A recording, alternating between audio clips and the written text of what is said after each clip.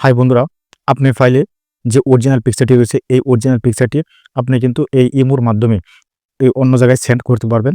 এতে করে কিন্তু আপনার কোনো ছবিটি রেজুলেশন কমবে না এবং ছবিটি ঝাপসা হবে না। এর জন্য আপনাকে প্রথমে ইমোটি সিলেক্ট করতে হবে।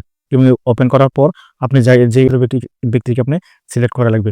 এবার সিলেক্ট করার পর এখানে নিচে দেখেন রয়েছে গ্যালারি লোগোটি। এই গ্যালারি লোগোতে আপনি ক্লিক করে দেবেন। ক্লিক করার পর আপনার কাঙ্ক্ষিত ছবিটি যে ছবিটি পাঠাতে চাচ্ছেন এই ছবিটি আপনি সিলেক্ট করবেন। সিলেক্ট করার পর এই যে আমি এই ছবিটি সিলেক্ট করলাম। সিলেক্ট করার পর এখানে দেখেন রয়েছে একটি তীরের মতো চিহ্ন রয়েছে, অর্থাৎ সেন্ড বাটন। এই সেন্ড বাটনটি আপনি ক্লিক করবেন। ক্লিক করার পর এখন দেখেন এই উপরে কর্নারে রয়েছে একটি এইচডি লেখা। এই এইচডি লেখাতে ক্লিক করবেন। ক্লিক করার পর এখন স্ট্যান্ডার্ড কোয়ালিটি সিলেক্ট করা রয়েছে। এটি এইচডি কোয়ালিটিতে আপনি সেন্ড করতে পারবেন। আর আমি যেই জিনিসটা বলতে চাচ্ছি এটি হচ্ছে আপনার অরিজিনাল ফাইল, মানে অরিজিনাল ফাইলের যে অবস্থা রয়েছে সেই অবস্থা আপনি এটি পাঠাবেন।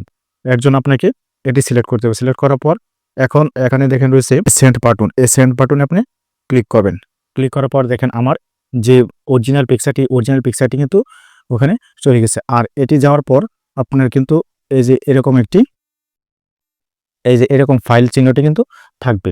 তো ধন্যবাদ সকলকে। আসসালামু আলাইকুম।